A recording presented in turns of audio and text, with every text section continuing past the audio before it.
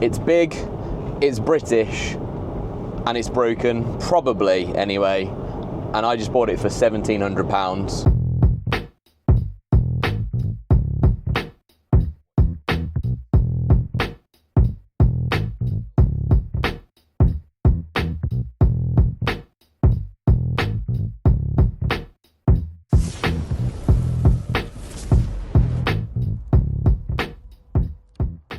So yeah, bought a Land Rover. Plan really is to use this as a bit of a weekend workhorse, take the family out on trips and things like that, and also use for going on holidays, because both of our cars are fairly small, sort of medium hatchbacks, and with 2 kids and a dog, we could do with the extra space, so this would be great. Also thought it gives us a bit of content fuel as well, because at the moment been very bob heavy for a while, so this should start filling a gap, and help us just kind of introduce a new audience to the channel, hopefully, and that's where we're really going to go with this. Right, so let's take a look what I got for less than £2,000. So we'll start in the back. So in here, pretty tidy actually. It's when we first got it, I had a bit of a valet, so when I brought it home to the wife, at least she wasn't hating it because it was stinking or anything like that, because I bought a couple of cars home now just on the fly without telling her, and it's not gone well. So I thought if this one looks nice, smells nice inside, because I have a tendency to bring home pretty ropey cars, thought this would be a winner. So yeah, we've got the kids' car seats in here, and you can see it's got loads of space. We have these, oh, see if I can get my hand in there, there we go. Great little centre armrest that comes down with cup holders in, so again, if you've got kids either side, it's great to fit them in. So they the kids absolutely love it, and when we're out on the drive, you'll probably see or hear my daughter in the back. She absolutely loves this. My eldest lad also likes it as well. Down here then we've got some climate controls for the rear seats and their vents. In here I've got a little Bluetooth adapter which goes into the aux socket down there, and then that means I can have my Bluetooth on up there, which I think I mentioned in the drive section. A couple of cigarette lighters. I do need to swap that one out because I don't want the kids messing with that, but I have got one in the centre glove box, but that centre compartment's really sticky, so everything there's a bit gross, so I need to clean that. But overall, back is in really good condition. Original Range Rover mats in here look fantastic, and I like the little accents on the steps as well. Looks brilliant. Door cards are great. Got the wood effect here, and then down here we've got the blue, which matches the blue dash, and then the blue plastic that runs all the way throughout, so looks pretty cool. These look to be aftermarket tints added on here, and I wasn't sure if you've watched High Peak doing his L322s, just getting out of the sun, you'll always see that he recommends taking off the tints, and I think on his latest L322 he took the tints off because it looks like old money, I think he phrased it as. I actually tend to agree with him. I think it does. I think especially on any of the cars that aren't black, on the Range Rovers, I don't think it particularly suits it, but I think this one being black, and it's been all blacked out around on the side vents, front grille, and the little piece of trim across the boot, which I'll show you in a minute, I think they kind of work. I would like to take them off, but then when you have a glorious day like this today, you kind of realise actually how good they are at keeping the interior cool. Like I've just ducked in here because actually it's a lot cooler in here than it is out there. So, and for the kids, I think it's great for them as well. So I might end up keeping them. They're a bit scratched up because they are aftermarket ones, I think. So they've taken a bit of beating. They've got some scratches on them.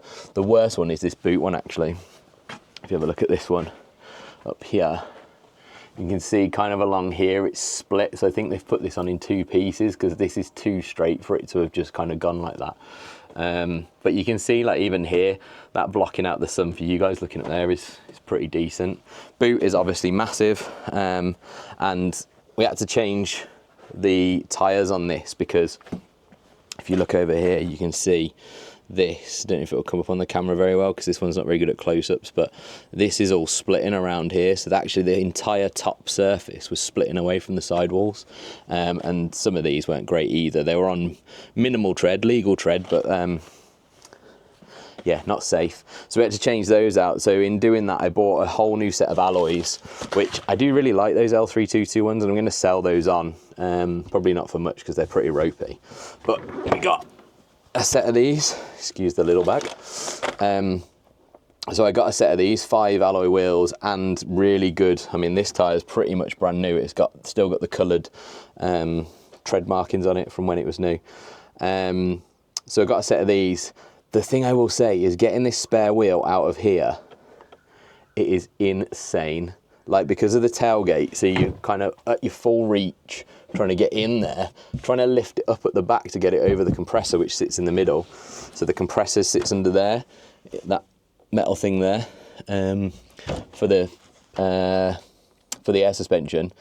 It was an absolute nightmare to get out. Now, if you have been around Land Rovers for a while, you might know that the two holes back there are for straps on the earlier versions. So I think the 2002 to the 2005-06 models, there would be straps that run underneath here, and then there's like a little plastic bit here. And what you would do is, when you want to take the spare wheel out, if this was up, you clip the plastic on there, and as you pull that down, the spare wheel is then lifted out so you can slide it out.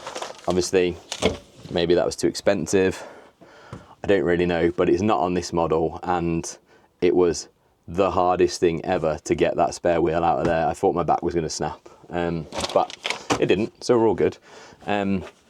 So yeah, and obviously one of the great things about the Range Rovers and a lot of the Land Rovers, like Bob, Series 3s and all that, is you can have a tailgate, and it makes for a wonderful place to sit if you're just out and about, you want to have a little rest.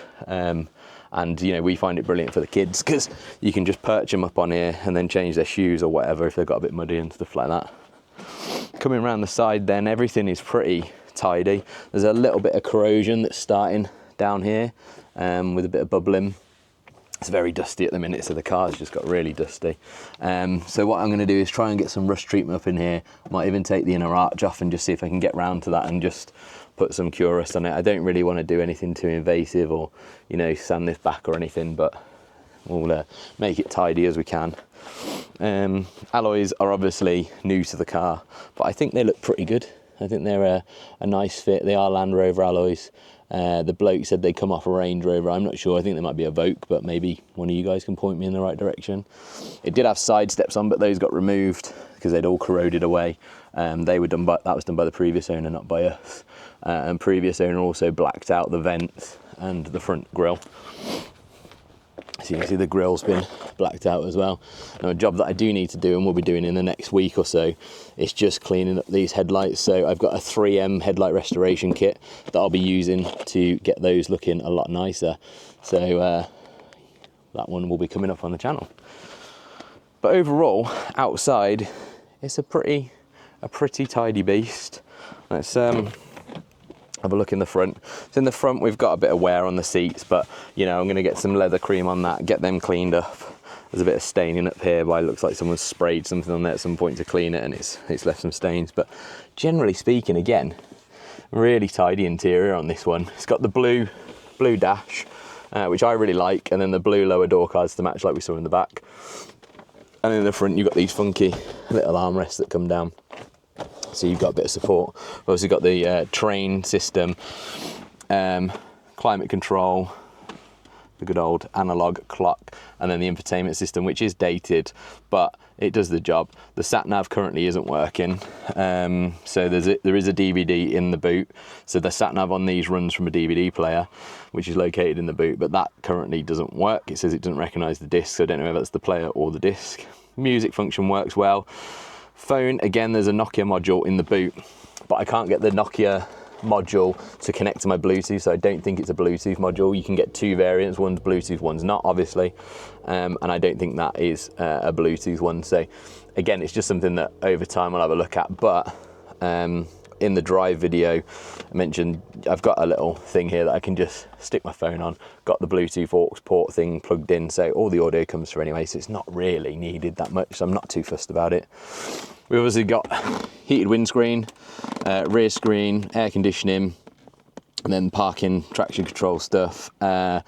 We've got, I don't know what that one is for actually, that's circulation. That one gives you a boost of air, and I think a boost of cool if you need it.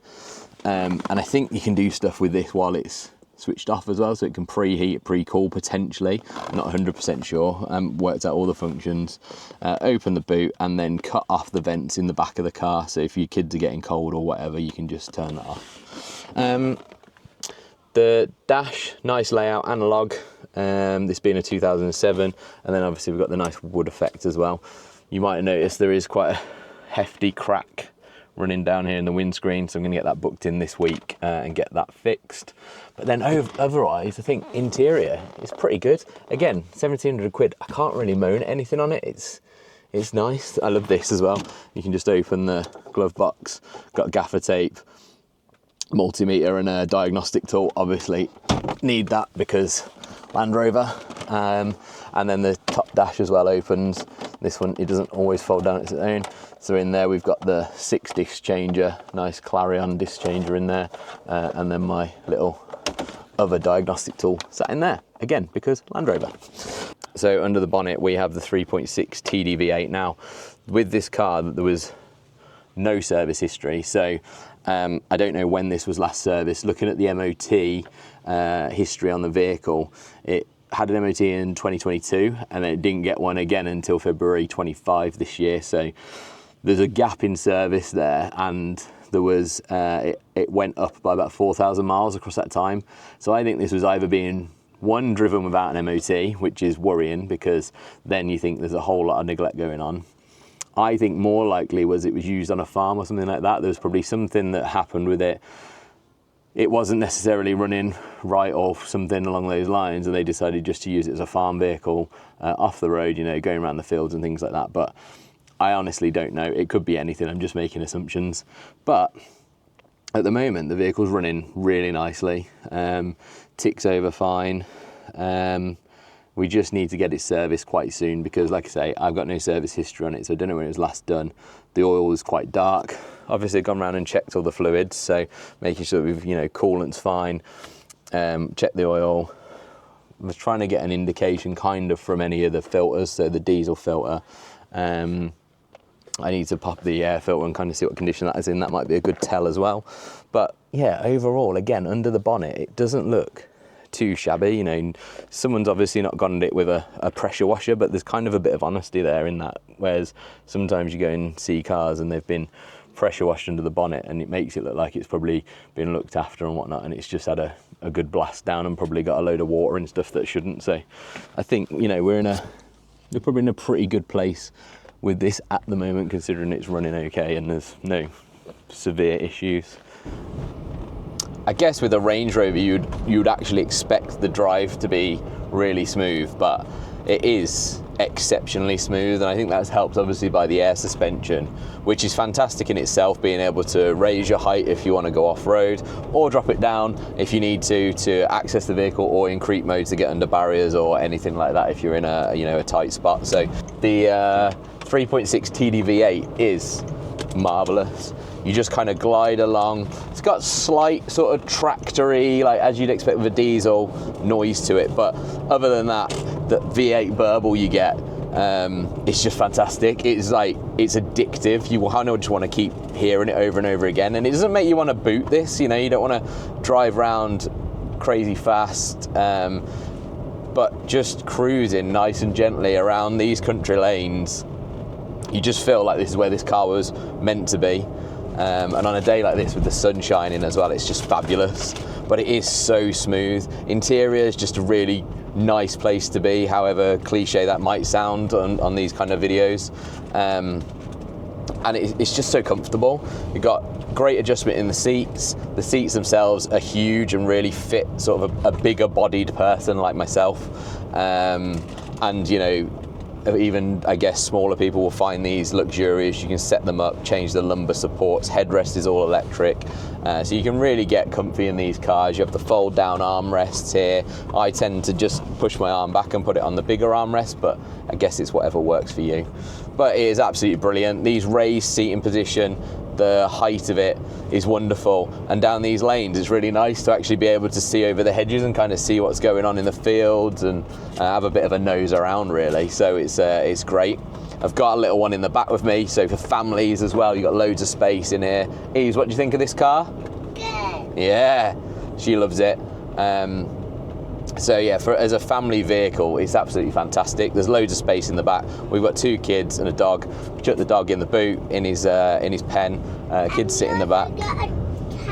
Oh, we have got a cat as well, haven't we, darling? But we don't tend to take him on walks. It'll be a bit odd. Although we have seen people walking cats, haven't we? Anyway, back to the car. It's just brilliant. I absolutely love it. I just the ability just to cruise around in absolute comfort with so much stuff loaded in it, knowing that, you know, this thing can pull 3.5 tons on the back if it needs to. We're not going to be doing that, but it's just wonderful. It's such a nice place to be in here. The stereo sounds great. It's got the Harman Kardon stereo. I've linked it up with my phone just through the aux port. So I've got a Bluetooth adapter in the aux port, and then all my audio plays through the system. The sound system up here is quite dated. I can't get my Bluetooth connect, so I don't think the Nokia box that's in the boot is Bluetooth equipped, which, like I say, it doesn't really impact me because I can still connect through the aux cable, and that works great. I can have Waze on my phone if I need it, and I can play my music when I'm driving, so it's just fantastic. And I don't know what else you'd want from a car. I know these are kind of the car of the moment, aren't they, from Clarkson's Farm, and you know, every single content creator seems to have one of these, but I kind of understand why. For the price, what you pay, I don't think there's a much better car that you could get at this price point. You know, £1,700 is just phenomenal value. And don't get me wrong, they come with their problems, and we'll get onto problems. And you know, with this sort of car, you can't run it on a shoestring. You need to look after it. You need to put the money into it. And when it goes wrong, it probably is going to cost you quite a bit. You. But I think if you want one of these cars, just do it, but just accept that, you know, if something goes wrong, you're going to have to fix it. I think, and if you don't like that and you want an uber reliable car that's not going to go wrong, it's not going to break down on you, this probably isn't the car for you. But if you want one and, you know, the money's there, run it as a second car, something like that, where you're not dependent on it all the time, I think it's fantastic. So, classic Land Rover, while I'm out filming, we've just got an engine management light come on. So, yeah, it's kind of what you expect. We've also got a brake fault, but I'll tell you about that in a bit. Okay, so I've been making a list of stuff that is probably going to need doing. So initially I'd put tyres on my list, but actually they got changed. So that was a safety concern. We got that done straight away pretty much. And you'll have seen that in the last video, that before we'd announced that I'd got this Land Rover, this Range Rover, you'd have seen that we were changing the tyres on Liam's drive in the background. The Range Rover was parked there. So we got that done pretty much straight away once we noticed that there was a serious issue with that tyre. Windscreen wise needs to get done. I also need to get the tailgate struts changed. So I've actually bought those. They were 10 quid. These here, when the tailgate goes up, it kind of bounces as it goes up really aggressively, and it came down the other day and caught my knuckle and stripped a big chunk of skin off there, so that wasn't pleasant. So I want to get that done because, again, my wife's using it or something. I don't want her getting injured because she'll never let me buy a project car again. We've got an intermittent engine management light, which when I went out for the drive, you've probably seen that pinged on. Looking at the fault code, it seems to be related to the fan. Now the fan seems to be working fine. I've let it tick over in the heat. After it's warmed up, the fan kicks in perfectly. So I don't know if there's a bit of an electrical gremlin there or not. Linked to that, I think it needs a new battery. So on start up after a couple of days, when it's been sat around, it's got a really sluggish turnover to start with. So I think it's going to need a battery, but what I'll do is get a multimeter on that, get it checked out and see what we need. I'll also read the fault codes again, so that might be in another video. We'll do a fault code read, go through each one individually, because I read them when I first got this, but I haven't read it since, so they might have changed and it might be throwing up different things now. So we'll check that out. Everything seems to be running okay. It just flags up faults. The reversing camera doesn't work. The parking sensors don't work on the back. It's throwing up a fault around pad sensor as well. So it's saying that the brake pad wear sensor isn't working, and I don't know if that's front or rear. So I'll check that out. I've ordered a sensor because it's already throwing the fault up. It's also saying that the pads need changing. So it says to check the brake pads. Again, doesn't give me an indication whether that's front or rear. Now on the MOT, there was an advisory, on the MOT it was the end of January, it failed for rear brake pads. So it passed then on the 4th of Feb. So I'm assuming the rear brake pads are fine, so it must be the front. But from what I can see through the alloy wheels, and when we change the tyres, the front pads look like they've got a lot of meat on them, like a lot of meat. So kind of need to get into that, take the wheels off again, have a look round and really dig into what's going on. It could just be throwing faults up, I don't know. And that battery issue where the battery doesn't, where the battery might not be working properly, that could be throwing some faults as well, because these are really sensitive to the batteries not being at the correct voltage. So we'll have a look at that and see what's going on there. Need to service it because there's no service history, so I need to have a look and get that sorted. So I'll order a service kit, get that done pretty soon, because we're going away to Anglesey in a couple of weeks, so should get that done pretty quickly actually. And servicing these isn't that difficult. You know, the oil filter's in the center of the engine, got the fuel filter quite accessible as well, so we just need to get under, take the under pan off the front tray, and then can just get to the two drain plugs, because you'll have a drain plug on the sump which will drain most of the oil off, and then there's the turbo one as well, so we need to drain both of those. Air filter, cabin filter is dead easy on these. The main beam is showing a fault on the dash as well. It just comes up with a message saying check main beam. But when you look at the lights, they are working fine. Now I think these have been converted to LEDs. I definitely noticed it on the side lights. I need to check the main beams and what they are, because they should be, is it H7s, I think, on this. So I'll have a look, see what they are, but they're working fine. So again, not really sure why it's throwing up that fault.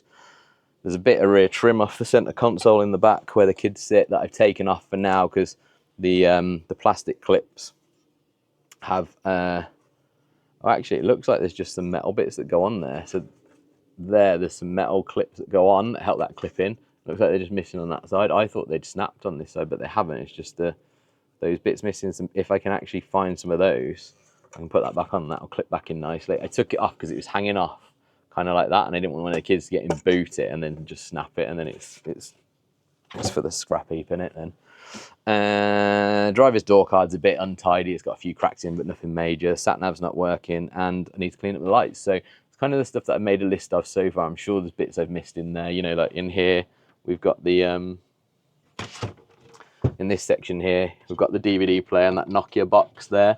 So it'd be quite nice if I could get the sat nav working, even though it'll be rubbish and actually won't do much. It'd just be nice that it works. But again, those are jobs that can be way down the line. I don't really want to spend too much money on those. I want to focus on the key stuff of keeping this vehicle running, because obviously it's going to be an expensive vehicle to keep on the road, and running costs won't be cheap. So, you know, cost of tax is quite expensive, 60 odd quid a month, 700 and something a year. So I've just got that on direct debit, paying that in installments.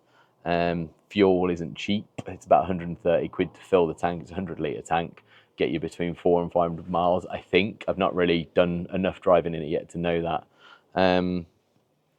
And insurance, actually, insurance was pretty good. So I went with a company called First Choice, I think it was. And the insurance came out about £45 a month. But then I added on business insurance in case I drive this for work, or indeed my wife drives it for work. So she's added on there under business as well. And it came in at, I think it's £58.70 something a month. So actually really quite reasonable for the type of car it was. I thought I was going to struggle to get insurance on this, because you hear all this, you know, stuff around Range Rovers being stolen and things like that. But maybe with the L322, because it's a keyed car, maybe it's not so susceptible to theft, and maybe the insurance premiums are lower as a result of that. I don't know, but yeah, it certainly was a surprise, that one. So it was kind of a lighter blow when taking on all the additional costs of running it. So yeah, that's pretty much everything that I've noticed that's wrong with this vehicle so far. And like I say, I'm sure there'll be more, but at the moment, for 1,700 quid, I can't really fault it. Well, do go and like and subscribe if you are enjoying seeing the L322 and want to see more content of this vehicle. Then yeah, please do consider subscribing to the channel. Next video is probably either going to be the headlight refurb or actually servicing this and getting it ready for my trip to Anglesey in a couple of weeks' time. So stay tuned.